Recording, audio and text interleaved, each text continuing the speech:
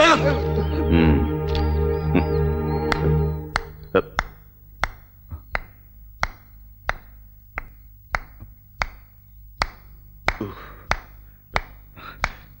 കാശ് ഒന്ന് പറ്റിക്കുന്നോടാ. സ്വന്തം കൺമുമ്പിൽ ഇങ്ങനെ ഒരു അന്യായം നടക്കുമ്പോ സസ്പെൻഷനിലാണെങ്കിലും എന്നെ പോലെ സത്യസന്ധനായ ഒരു പോലീസ് ഓഫീസർക്ക് അയാളുടെ കടമ ചെയ്യാണ്ടിരിക്കാൻ പറ്റുമോ സാർ?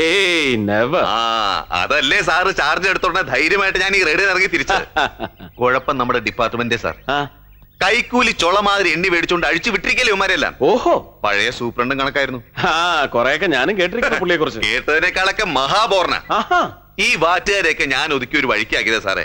ആ വിരോധത്തിനല്ലേ ആ വിസ തട്ടിപ്പാനായിട്ട് പൂശി എന്ന് പറഞ്ഞിട്ട് ഇയാൾ എന്നെ സസ്പെൻഡ് ചെയ്ത് കളഞ്ഞു. എന്ന് വെച്ച് ഈ തൊപ്പിയുടെ പവർ കളയാൻ പറ്റും. അതുകൊണ്ട് എല്ലാ പോലീസുകാരെയും കൂട്ട് രാവിലെ വീട്ടിൽ നിന്ന് തോക്ക് എടുത്തോണ്ട് ഞാൻ അങ്ങറിഞ്ഞു. അത് കൊള്ളാം. താൻ ഇങ്ങനെ ദിവസവും രാവിലെ തോക്കും എടുത്തോണ്ട് ഫ്രീ സർവീസിന് ഇറങ്ങിയാൽ വീട്ടു ചെലവിന് എന്ത് ചെയ്യും? അതാ പ്രശ്നം. തൽക്കാലം 1.5 മാസം ഇത് വെച്ച് പിടിച്ചു നിൽക്കാല്ലേ? അല്ല, അത് പിന്നെ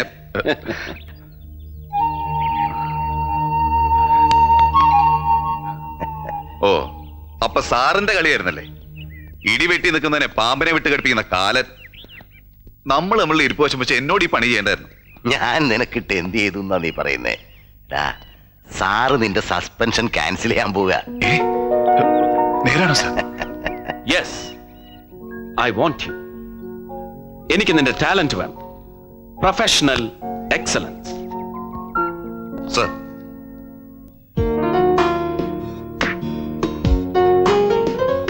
എന്നിട്ട് സസ്പെൻഷൻ പിൻവലിപ്പിച്ചിട്ട് അയാൾ എങ്ങ് തിരിച്ചെടുത്തു. വെറും 10 രൂപ കൈക്കൂലി മേടിച്ച കോൺസ്റ്റബിളിനെ സസ്പെൻഡ് ചെയ്ത മുഹമ്മദ് സർക്കാരിന് ഇതെന്തു പറ്റി? ഈ പെരുങ്കള്ളനെ പിടിക്കാൻ പോകുമ്പോ അരക്കള്ളൻ കൂടെ ഉള്ളത് നല്ലതാണ്. തിയറി എന്റെ അല്ല, പണിക്കര സാറിന്റെ. ശിഷ്യന് നല്ല ഉപദേശം കൊടുക്കുന്ന സാറ്. വെറുതെ അല്ല അങ്ങേര് പുറത്തായത്. അല്ല, ഞാനൊന്ന് ചോദിക്കട്ടെ? ചോദ്യം വരട്ടെ. സ്മാർട്ട് ഫെലോ, ഇവനാണ് ശരിയായ പ്രസ് ഫോട്ടോഗ്രാഫർ. അല്ല, എനിക്ക് അങ്ങോട്ട് അസൂയ സഹിക്കുന്നില്ല. എനിക്ക് കഴിഞ്ഞില്ലല്ലോ ഇതുപോലൊന്ന്. എന്താണ്? Did you ever notice this? What? എന്താ ഇതിന് ഇത്ര പ്രത്യേകത? Challenge. Find out. Break the suspense. Ow! Look. ദാ ഇതില് blood spot ഇതുവരെ മാത്രം. But here it's spread all over the forehead and then it's coming right across the bridge, flowing down, down, down. ഓ, ഒരാനക്കാരി. വെടികൊണ്ടാ ചോര വരും, സ്വാഭാവികം. പക്ഷെ വെടിയേറ്റ ഓൺ ദ സ്പോട്ടിൽ in the very next മൊമെന്റിൽ ഇങ്ങനെ ഒരു ഫോട്ടോഗ്രാഫ് എടുക്കാൻ ഒരു ജേർണലിസ്റ്റിനും ഭാഗ്യം ഉണ്ടാവില്ല. പക്ഷെ ഇയാൾക്കത് കിട്ടി, മാതൃരാജ്യം ഫോട്ടോഗ്രാഫർക്ക്. ബാക്കി എല്ലാവന്മാരും അൺലക്കി സ്റ്റുപ്പിഡ്സ്. സംഭവം കഴിഞ്ഞ് 2-3 മണിക്കൂർ കഴിഞ്ഞെടുത്ത പടങ്ങൾ എല്ലാം ഒരേപോലെ. ഞാൻ പണ്ട് ഡൽഹി റൈറ്റ് കവർ ചെയ്ത പോലെ. മാതൃരാജ്യം ഫോട്ടോഗ്രാഫർ മർഡർ നടന്നപ്പോ തന്നെ ഓൺ ദ സ്പോട്ടിൽ ഉണ്ടായിരുന്നിരിക്കണം അല്ലേ? എന്നാലല്ലേ ഇത്തരം ഒരു ഫോട്ടോഗ്രാഫ് എടുക്കാൻ പറ്റൂ.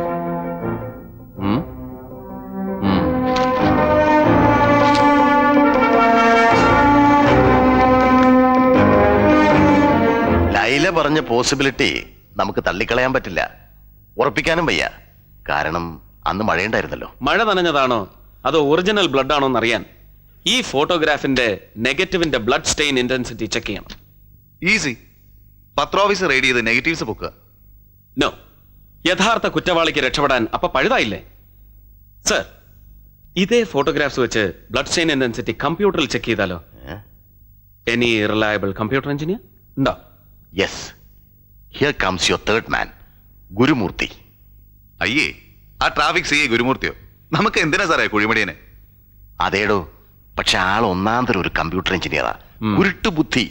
രാവിലെ ട്രാഫിക്കിൽ വന്ന് സൈൻ ചെയ്തൊരൊറ്റ മുങ്ങല, പിന്നെ പൊങ്ങുന്നത് ഭാര്യയുടെ കമ്പ്യൂട്ടർ പോയിന്റിൽ.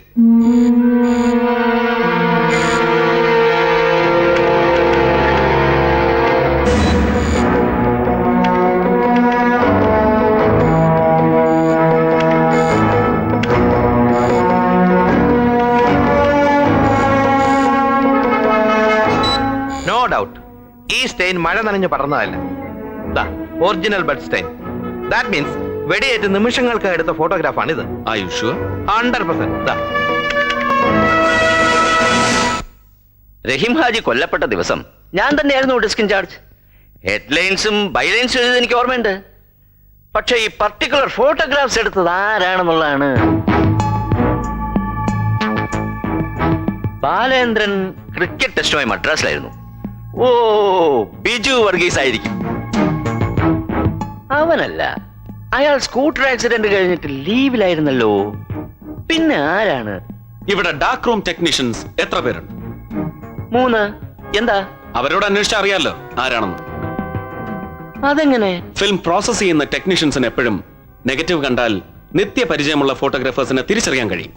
അതായത് നെഗറ്റീവിന്റെ thickness, selection of angles, lighting pattern, shutter speed, diaphragm, film, ഇതൊക്കെ ഓരോ ഫോട്ടോഗ്രാഫേഴ്സിനും ഓരോന്നായിരിക്കും. സാറ് പറഞ്ഞ ബാലചന്ദ്രന്റെ രീതി ആയിരിക്കില്ല ബിജു വർഗീസിന്. ഇത് രണ്ടും ആവില്ല മൂന്നാമതൊരാൾക്ക്. നെഗറ്റീവ്സ് ഒക്കെ കൃത്യമായി ഫയൽ ചെയ്യാറുണ്ടാവുമല്ലോ. ഇതിന്റെ ഒറിജിനൽ ഒന്ന് എടുപ്പിച്ചാൽ. ഓ, യു സെഡ് ഇറ്റ്. മൂന്നാമൻ. ഇപ്പൊ ഓർമ്മിക്കുന്നു. എന്താ ഷപ്പന്റെ പേര്? ഒന്ന് ഓർത്ത് നോക്കണം സാർ. കിട്ടുന്നില്ല. അല്ല, കിട്ടിയോണ്ട് കാര്യമില്ല. മിസ്റ്റർ മുഹമ്മദ് നിരാശപ്പെട്ടേ മതിയാവൂ. ഞങ്ങളുടെ സ്റ്റാഫ് ഫോട്ടോഗ്രാഫേഴ്സ് ഒക്കെ ഔട്ടർ സ്റ്റേഷൻ ആകുന്ന നാളും തീയതിയൊക്കെ എന്നെക്കാൾ നിശ്ചയം സിറ്റിയിലെ ചില അമേച്ചർ ഫോട്ടോഗ്രാഫേഴ്സിനാണ്.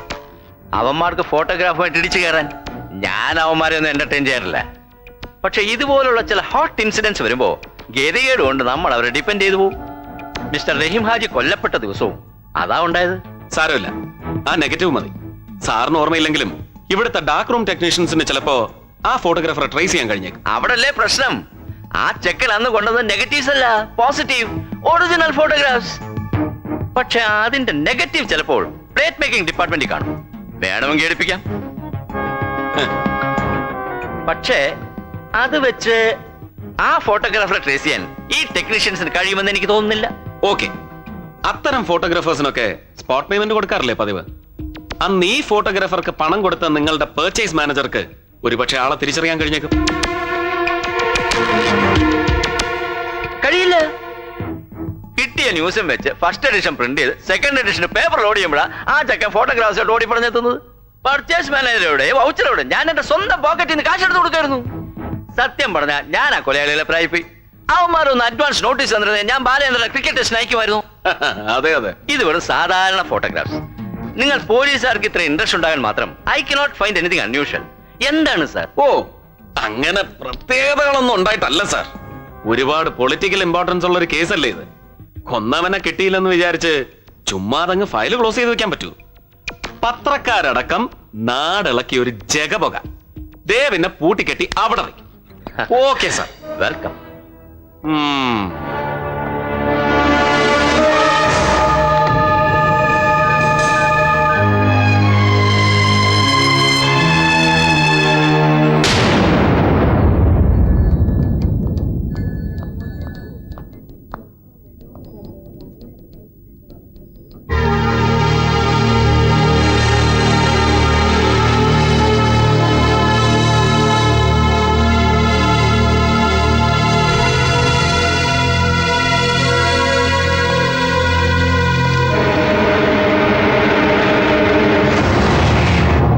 നാളെ തന്നെ ആ മാറ്ററിന്റെ ഡെസ്കിൽ എത്തിച്ചേക്കണം. എത്തിക്കാൻ sir. Good night. Good night.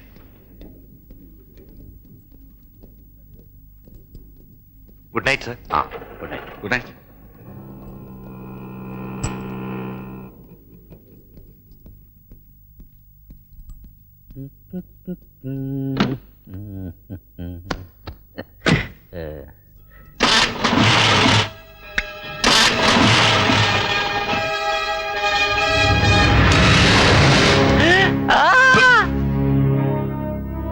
ഒച്ച വെച്ച് വെറുതെ എനിക്ക് ജോലി ഉണ്ടാക്കണ്ട.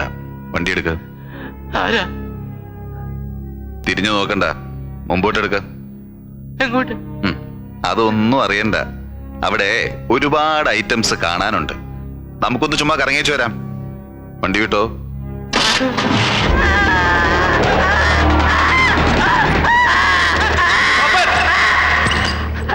താൻ എന്ത് നോൺസെൻസ് ആണോ ഈ കാണിക്കുന്നത്? സാറിന് ബുദ്ധിമുട്ടാവില്ലെങ്കിൽ ഒന്ന് ഇവിടം വരെ കൂട്ടിക്കൊണ്ടുവരാനല്ലേ തന്നോട് പറഞ്ഞോളൂ. നോക്കി നിൽക്കാതെ വില കഴിക്കടോ. Now get lost. I'm sorry sir. ഒരു അബദ്ധം പറ്റിയതാണ്. സാർ ദയവ് ചെയ്ത് ഇതൊരു ന്യൂസ് ആക്കരുത്. വന്നാൽ സത്യത്തിൽ മാരാർ സാർ ഇതൊന്നും കാണരുതെന്ന് എനിക്കുണ്ടായിരുന്നു. അവനോടതൊന്ന് പറയാൻ വിട്ടുപോയി. അവൻ നേരെ സാറിനെ ഇവിടെ കൊണ്ടുവന്ന് ഭേദ്യവും തുടങ്ങി. കുറ്റവാളികളെ ചോദ്യം ചെയ്യാൻ മൂന്നാം മുറകളൊന്നും പാടില്ലെന്ന് അങ്ങ് മോളിയിരിക്കുന്നവന്മാർക്കൊക്കെ വിളിച്ചു പറയാം. കെട്ടിപ്പിടിക്കുകയോ ഉമ്മ വയ്ക്കുകയും ചെയ്ത ഏതെങ്കിലും പെരുങ്കള്ളൻ സത്യം തുറന്നു പറയുമോ സാറേ? മൂന്നാം മുറ ഇല്ലാതെ ഒന്നും നടക്കില്ലെന്ന് ഞങ്ങളുടെ അസോസിയേഷന് പൂർണ്ണ ബോധ്യം വന്നതുകൊണ്ടാണ് സർക്കാർ അറിയാതെ സ്വന്തം ചെലവിൽ കേരളത്തിൽ ഇതുപോലെ 3 ടോർച്ചറിംഗ് സെന്റേഴ്സ് തുടങ്ങി വെച്ചത്. ഇപ്പൊ ഇതിന് അടിപിടിയ. സാർ ഇന്ന് രാവിലെ ഓഫീസിൽ വെച്ച് എന്നോട് കള്ളം പറഞ്ഞു. സാരമില്ല, സത്യം ഇനി പറഞ്ഞാൽ മതി. ആരാണ് ആ ഫോട്ടോഗ്രാഫ്സ് ഓഫീസിൽ കൊണ്ടുവന്നത്? Gregory,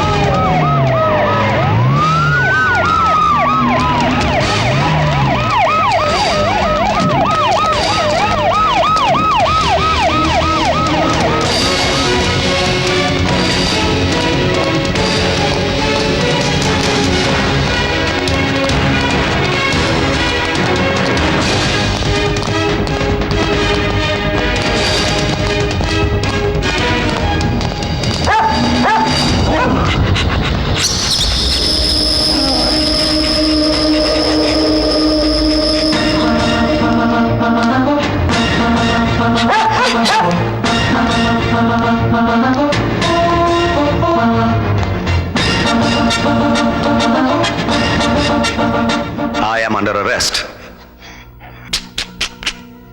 Bad luck.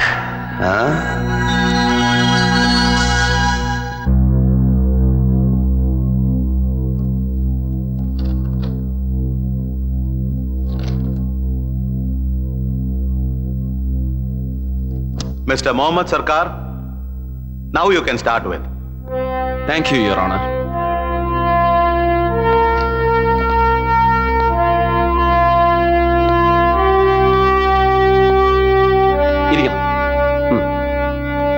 Yes.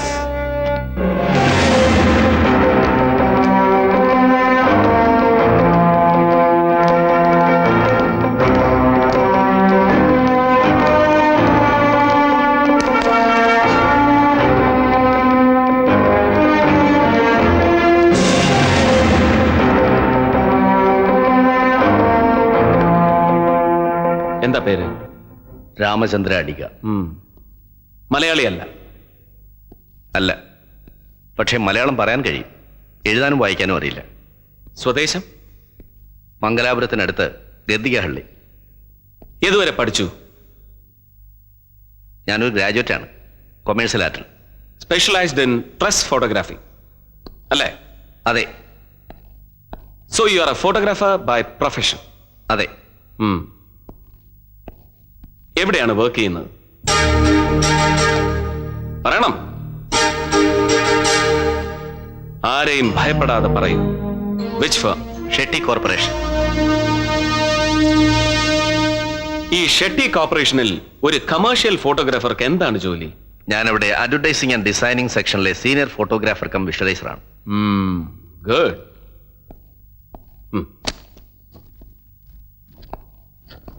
ഈ മരിച്ചു കിടക്കുന്ന ആളാരാണെന്നറിയോ മിസ്റ്റർ രാമചന്ദ്ര അടികയ്ക്ക്? അറിയാം. ആരാ? റഹീം ഹാജി. ഈ ഫോട്ടോഗ്രാഫ് ഇതിനു മുമ്പ് കണ്ടിട്ടുണ്ടോ? ഉണ്ട്. എവിടെ? ഇത് മാതൃരാജ്യം പത്രത്തിൽ വന്ന ഫോട്ടോഗ്രാഫാണ്. മലയാളം എഴുതാനും വായിക്കാനും അറിയാത്ത മിസ്റ്റർ രാമചന്ദ്ര അടിക റഹീം ഹാജി കൊല്ലപ്പെട്ട ദിവസം മാത്രം ഒരു മലയാള ദിനപത്രം ശ്രദ്ധിക്കാൻ എന്താ പ്രത്യേകിച്ച് കാരണം? അതും മാതൃരാജ്യം. ധൈര്യമായി പറയൂ. ഒരു ക്രിയേറ്റീവ് ടെക്നോക്രാറ്റിന് സ്പെഷ്യൽ ഇൻട്രസ്റ്റ് തോന്നാവുന്ന എന്തെങ്കിലും പ്രത്യേകത ഈ ഫോട്ടോഗ്രാഫിൽ ഉള്ളതായി തോന്നിയിട്ടുണ്ടാവും അല്ലേ? ഇല്ല. പിന്നെന്താ ഇത്ര കൃത്യമായി ഓർക്കാൻ കാരണം? ബിക്കോസ് ഈ ചിത്രങ്ങൾ എടുത്തത് ഞാനാണ്. Yes. Repeat. Repeat loud. I told you already. Yes, Your Honor.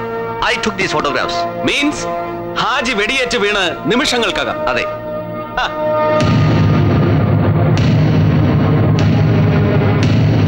അതുകൊണ്ടാണ് നിങ്ങളെടുത്ത ചിത്രങ്ങളിൽ മാത്രം രക്തം പടർന്നതായി കാണാത്തത്. ബ്ലീഡിംഗ് തുടങ്ങുന്നതേയുള്ളൂ, right? Yes. Murthy, Your Honor, you may please verify the photographs, negatives and the computer reports.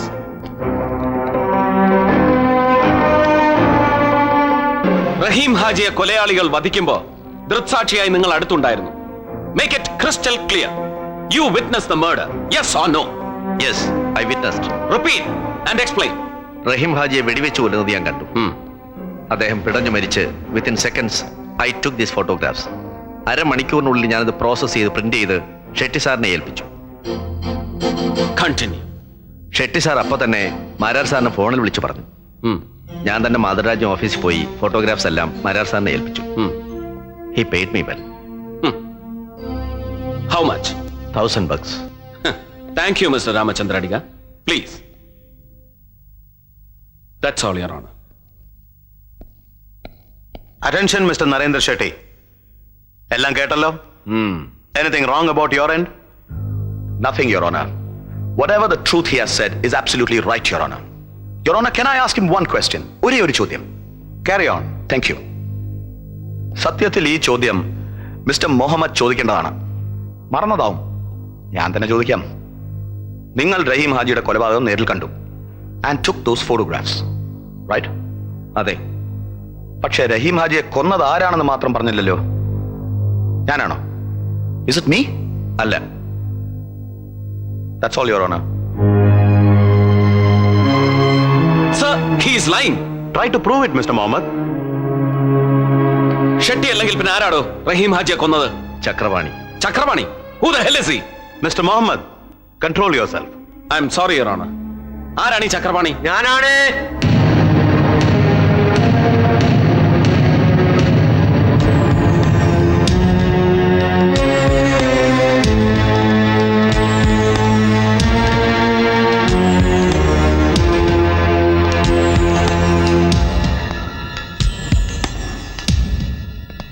ഞാൻ ചക്രപാണി, നാടക ഡയറക്ടർ.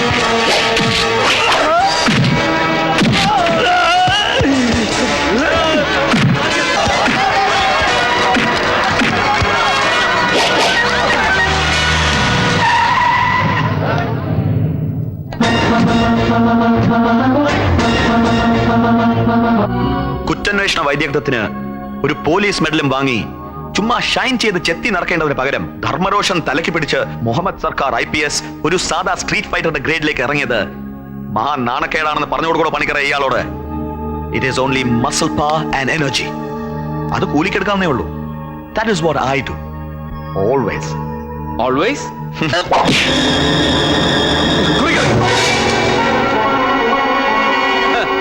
കണ്ടില്ലേ?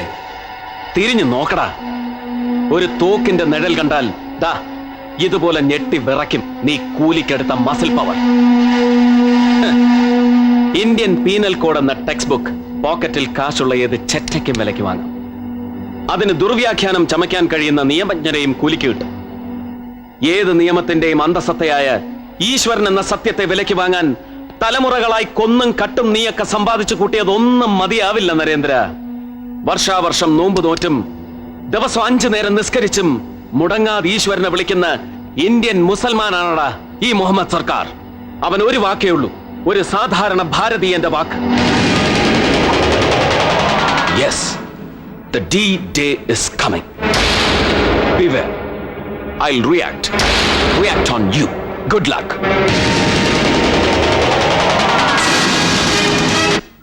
എടോ, താൻ മൊറാൾ സംഭവം കേട്ടിട്ടുണ്ടോ? കയ്യൂർ വെടിവെപ്പ് എന്ന് കേട്ടിട്ടുണ്ടോ? ഇതൊക്കെ ഒരുപാട് തവണ കേട്ടിരിക്കുന്നു സർ. ആ താനൊക്കെ കേട്ടിട്ടേ ഉള്ളൂ. അതിന്റെ മുന്നണി പോരാളി ആയിരുന്നടോ ഈ ഞാൻ. അതങ്ങ് പള്ളി പറഞ്ഞാ മതി. ആ പരിസരത്തെങ്ങും ഇദ്ദേഹം ഉണ്ടായിരുന്നില്ല. എമ്പോക്ക് തരം പറയുന്നോ? എടോ, താനൊരു വിപ്ലവകാരിയുടെ ഇന്റഗ്രിറ്റിയാണ് ചോദ്യം ചെയ്യുന്നത്. ഇതൊക്കെ ഞാൻ പറയുന്നതല്ല, സാറിന്റെ തന്നെ പാർട്ടിയിലെ വല്യമാൻ പറയുന്നതാ. അനക്കറിയാടോ ആ വല്യമാനെ. പോളിറ്റല്ലേ പോളിറ്റ്. പറ്റിയ അവസരം വരട്ടെ, ഓന്റെ ബ്യൂറോ ഞാൻ വെട്ടി നിർത്തും. അതൊക്കെ ഞങ്ങൾ തമ്മിൽ തീർത്തോളാം. നമ്മളിപ്പോ എവിടെയാ പറഞ്ഞു നിർത്തിയത്? അല്ല, നമ്മളൊന്നും പറയുന്നില്ല, എല്ലാം സാറ് തന്നെയാണ് പറയുന്നത്. അതെ, ഞാൻ പറയേണ്ട കാര്യം ഞാനല്ലാതെ പിന്നെ താൻ പറഞ്ഞാൽ ശരിയാകൂ. അത് കൊള്ളാം. താൻ ഇന്നലെ എന്ത് പോക്കരത്തിനാണ് ആ കോടതി കിടന്ന് കാണിച്ചത്? വിപ്ലവം കൊടിമൂത്തുന്ന കാലത്ത് പോലും കോടതി കയറിയാൽ ഞങ്ങളൊക്കെ പരമാവധി 2 മുദ്രാവാക്യം വിളിക്കും. അതും ആരും കേൾക്കാതെ. ഇതാണോ നിരപരാധിനെ പിടിച്ച് അപരാധിയാക്കിയതും പോരാ, യഥാർത്ഥ അപരാധിനെ ഇയാൾ തൂക്കിയെടുത്തോണ്ട് ഒന്ന് കൂട്ടു നിർത്തിയപ്പോ ജഡ്ജിയുടെ മുമ്പ് വെച്ച് തന്നെ അവനിട്ട് വെച്ച് കീറിക്കൊടുക്കുക എന്നൊക്കെ പറഞ്ഞ് ഇവിടെ നോക്കണു. തല പോലെ കാര്യങ്ങൾ പറയുമ്പോ അയൽവക്കത്തെ തെങ്ങുമേലുള്ള തേങ്ങ നിന്റെ മറ്റേ പരിപാടി ഉണ്ടല്ലോ, അതിവിടെ വേണ്ട.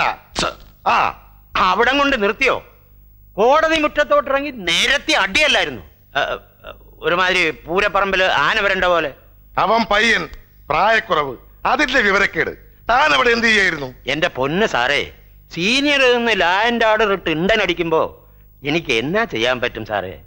പിന്നെ ഞാൻ നോക്കിയും കണ്ട് നിന്നതുകൊണ്ട് ഇങ്ങേരുടെ തടി രക്ഷപ്പെട്ടു. ഓ, ഞാനെന്തെങ്കിലും ചോദ്യം ചെയ്യാൻ വിളിച്ചാൽ എന്തൊരു എളിമ! ഈ കണ്ട ചെയ്തെല്ലാം ചെയ്തു കൂട്ടിയത് ഇയാളാണെന്ന് ഈ മോന്ത കണ്ടാൽ ആരെങ്കിലും പറയൂ? മുഹമ്മദേ, now I am serious. ഇനി എന്തെങ്കിലും മേജർ ആക്ഷൻ എടുക്കണമെങ്കിൽ അതെന്റെ പെർമിഷനോടെ മാത്രം മതി. എങ്കിൽ ഒരു ഇമ്മീഡിയറ്റ് ആക്ഷനുള്ള പെർമിഷൻ അങ്ങ് എനിക്ക് ഇപ്പൊ തരണം. എന്താണ് ഇഷ്യൂ? ചതി. ചതിക്കുത്തരം മുറിപ്പത്തല്. അതിന് പെർമിഷൻ വേണ്ട, ഓൺ ദ സ്പോട്ട് കൊടുത്തോ. Thank you sir.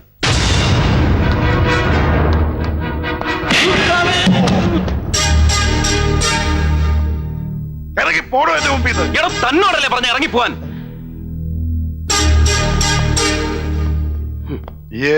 എമ്മയ്ക്ക് സൈക്കോളജിയാ പഠിച്ചേ? അല്ല, എക്കണോമിക്സ്. പിന്നെ എന്റെ മനസ്സിൽ ഇപ്പൊ അതൊക്കെ എങ്ങനെ മനസ്സിലായി? ഈ ഇപ്പൊ വീക്ക് വിട്ട നസ്രാണി പോത്തനല്ലേ ജോൺ വർഗീസ്, നമ്മുടെ DYMന്റെ പിള്ളേരെ വിട്ടിട്ട് ഓലിട്ട് 2 പിഴക്കണമെന്ന് ഞാനും കുറെ നാളായി വിചാരിക്കണു. ഇനിയിപ്പൊ അത് വേണ്ടല്ലോ. എന്താണ് സാർ കാര്യം? ക്രിസ്തുമസിന് പോലും പള്ളിയിൽ പോവാത്ത തെണ്ടി മലയാള മാസം 1-ാം തീയതി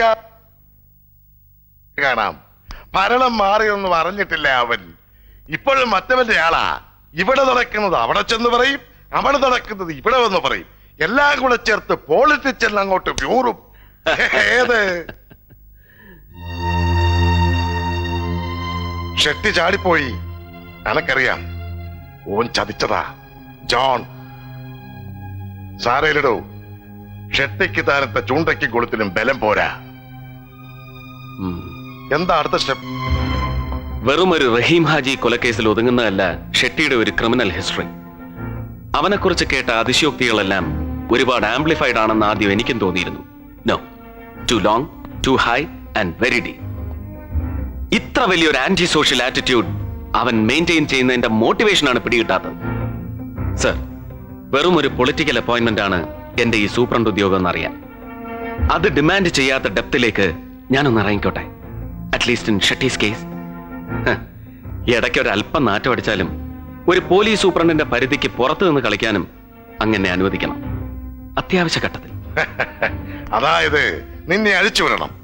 പിന്നെ നീ ഒപ്പിച്ചു കൂട്ടുന്ന പുലിവാലുകൾക്കൊക്കെ ന്യായം പറഞ്ഞ് നാട്ടുകാരുടെ മുമ്പിൽ ഞാനൊരു തിരുമണ്ടനാവണം.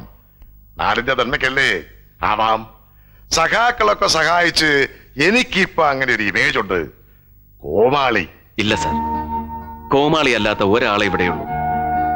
That's you. അങ്ങ് മാത്രം. സലാം. സലാം.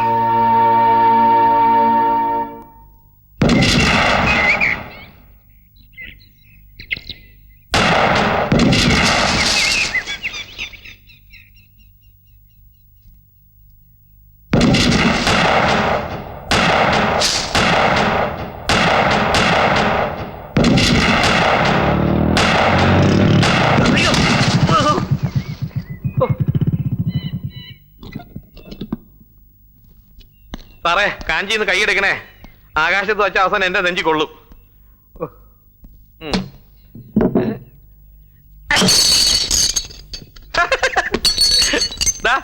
ഇത്രയേ ഉള്ളൂ കാര്യം. ഒരു കാലി കുപ്പി പോലും പൊട്ടിക്കാൻ അറിയാത്ത ഒരു പോലീസ് സൂപ്രണ്ടും പട്ടച്ചാരായം പൊട്ടിച്ച് നടക്കുന്ന ഒരു ഷാർപ്പ് ഷൂട്ടറും. അല്ല, ഇയാൾ ആരുവാ? ജസ്പാൽ റാണയുടെ മച്ചമ്പിയ. രണ്ട് കണ്ണും തുറന്നു പിടിച്ചാൽ തന്നെ ആടേതാ പൂട ഏതാണെന്ന് തിരിച്ചറിയാൻ മേലാത്ത ഇങ്ങേരാ ഇനി ഒറ്റ കണ്ണ് വെച്ച് ഉന്നം പിടിക്കുന്നത്. ഈ ഷെട്ടി ചാടിപ്പോയ ചമ്മലിൽ ടെൻഷൻ അടിച്ചിരിക്കുന്ന നിങ്ങൾ ഇനി തോക്കല്ല ബീരം കൊണ്ട് വെടിവെച്ചാലും കുപ്പി പൊട്ടാൻ പോണില്ല.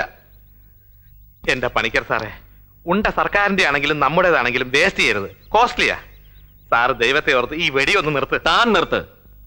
തന്നെ ഏൽപ്പിച്ച കാര്യം എന്തായി? ആ ചക്രവാണിയെയും അയാളുടെ ബാക്ക്ഗ്രൗണ്ട്സിനെ കുറിച്ചുള്ള ഫുൾ ഡീറ്റെയിൽസ് ഈ ഫയലിലുണ്ട്. എന്താണ്? ഒരു രക്ഷയില്ല സാർ. ഒരുമാതിരി അഡ്രസ് ഉള്ള സകല നാടക കമ്പനികളും കയറി അന്വേഷിച്ചു. ചക്രവാണി എന്ന പേരുള്ള ഒരു ഡയറക്ടറെയോ റൈറ്ററെയോ നടനെയോ അവർക്ക് മുമ്പ് പരിചയമില്ല. ഒരൊറ്റ പബ്ലിഷിംഗ് കമ്പനി പോലും ഇയാളുടെ ഒരു വർക്കും മുമ്പ് പബ്ലിഷ് ചെയ്തിട്ടില്ല. ഈ അക്കാഡമി അവാർഡ് കിട്ടിയ ചക്രവാണിയുടെ ഒരു സാധനം TC ബുക്ക് റിലീസ് ചെയ്തിട്ടുണ്ട്. അതും 500 കാപ്പി. എന്തിനധികം? വിൽപ്പനയല്ലോ ഉദ്ദേശം. പോരല്ലോ ഗുരുമൂർത്തി, അങ്ങനെ 100% അനോണിമസ് ആയ ഒരു പാസ്റ്റ്, അത്തരം ഒരു ഭൂതകാലം ഈ ലോകത്ത് ഒരുത്തനും ഉണ്ടാവില്ല. തന്റെ അന്വേഷണത്തിൽ എവിടെയെങ്കിലും ഒരു മിസ്സിംഗ് ലിങ്ക് ഉണ്ടാവും. ഒന്ന് ചുഴിഞ്ഞ് ചിന്തിച്ചു നോക്കിയേ, എന്തെങ്കിലും വിഴുങ്ങിപ്പോയിട്ടുണ്ടോന്ന്.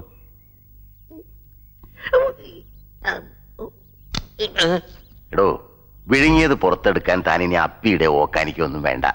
ഒന്ന് ആലോചിച്ച് നോക്കാനേ പറഞ്ഞോളൂ.